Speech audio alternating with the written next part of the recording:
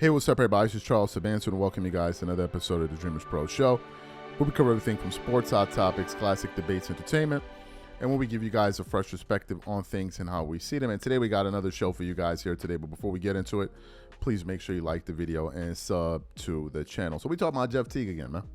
We back at it again, right? You know, Jeff Teague, him and LeBron James, first I get they had a love relationship, I guess, not just a hate relationship, because Jeff Teague been twerking it up for LeBron, but then now all of a sudden he keeping it a stack. But yesterday, Tyronn Lue went pretty viral for some comments that he made on Club Shay Shay, where essentially he was saying that LeBron James was devastated after Kyrie Irving got traded.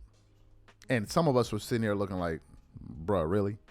You're not going to include the part that when Kyrie found out that LeBron was trying to get him traded for his man, Chris Paul, that's when he was like, I'm done with this dude. Y'all not going to include that. But anyway, that's why Ty Lue went viral. So what we want to do is I want to play what Ty Lue had to say here originally. I want you guys to listen to it, and I'm going to come back and continue on the show. Take a listen to Ty Lue here. So I come sit next to Bron. We sitting there, handling the phone, Sports Center. Kyrie Irving's just been traded to the Boston Celtics. Man, Bron dropped the marker, and just lays back in his chair for about 10 minutes, doesn't say a word, like just pissed off. And Bron was crushed. And I saw when that happened, I thought things would I thought Bron would do something different, sooner than later, and that's what he did. So you believe LeBron would have stayed in Cleveland had Kyrie stayed in Cleveland? Yes. I think so. Damn. I mean, you've seen breakups. You were there. I mean, you weren't there at the time, but Kobe and Shaq. You saw Blake and CP3. You saw LeBron and Kyrie. If somebody would have told you in the beginning how well it was working, that this was going to be the ultimate outcome, would you have believed it? As far as what? Them parting ways. All those guys? Yeah. No, I mean, I couldn't see it, the way it happened, especially like say Kobe and Shaq being in it every single day, right, being in the locker room, because they had too many great guys around them. Like you had a lot of great buffers, like Rick Fox, Robert Horry, B. Shaw, Harp, they were old enough to understand what was at stake. Yes. And understand we got something special here. Yeah, something special. And so they would never let it come to where it came to, so that was tough. And then I think Kyrie, his biggest thing is cause he's a competitor. Yeah. He's a killer. And so he wanted to show, kind of like Kobe did, yep, when Shaq. Because that's his mentor. I can win, without Bron. And for me to take that next step, this is what I got to do. And so to have his own team and to do that, that was his goal, and that's what he wanted to do. Right. So I don't think it was nothing, no ill will against Bron. Right. It was just something he wanted to do for his career. Right. Had LeBron and Kyrie stayed together, they won another championship? Yes, sir. Yes, sir. And I think, also think if KD doesn't go to Golden State. Oh, yeah, but they had to get him. Yeah. They had to get him. They were never going to beat you guys again, T-Lue. Yeah. If KD doesn't go to Golden State, I think we win. Three in a row. And I think Kyrie stays because you can't leave after that. Right. You know what I'm saying? And so I think he stays, and I think, like I said, we had a chance to win 2 or 3. Is there anything you could have done differently to maybe keep Kyrie and LeBron together, or has Kyrie made his mind up that he wanted to go elsewhere? He had made his mind up, but that's like another Kobe and Shaq situation. I would never let it happen. Cool. So you heard what Ty Lue had to say. So this morning I woke up and I came across a clip from the 520 club. What do you call it? The Club 520 podcast, right?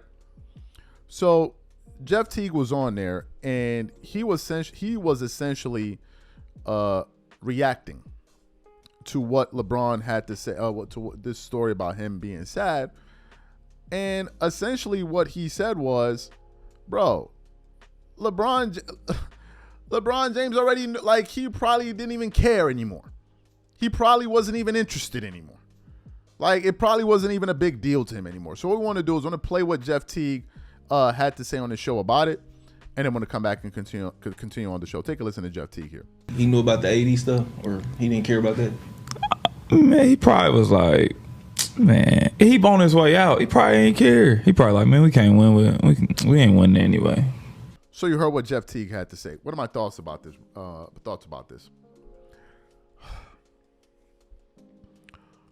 Why are there so many stories with LeBron that it's like, oh, he meant this, but we find out is this, or this was the case, and then we find out is that. Why are we always in this situation with this dude, man? Why are we always in this situation? Like, we're always trying to disprove a lie, or did he say this? Is it true? We always got a fact. Like, why is it only him, man?